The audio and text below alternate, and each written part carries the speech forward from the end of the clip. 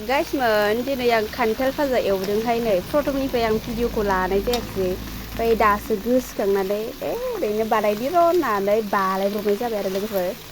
आयौ हमथायाबा जायाहाय लोगोफोर गेस नालाय आरो साराया गिदिरद्राय जाबायना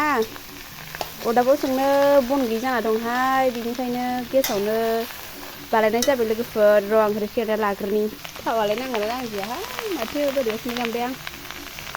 बारा थावबो जानो हाया नालाय एसे खम होखादोंमोन आङो ओमफ्राय थाव नाङाबा गोथावबो जाया दे ओमफ्राय आङो दा खोबना दोननोसै दा दै रानबासो मा होनो दै रानबाथाय अलप गावनि दैया ओंखारसै आरोना संख्रै हालदै होनोसैहाय आङो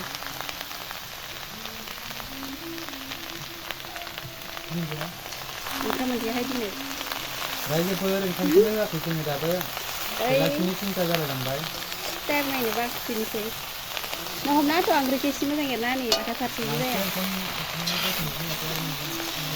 खामानि मावबा ओंखाम मोनजायो खामानि मावबा ओंखाम मोनजाया आंबो बायसोमोन खामानि मावबा ओंखाम होआ आङो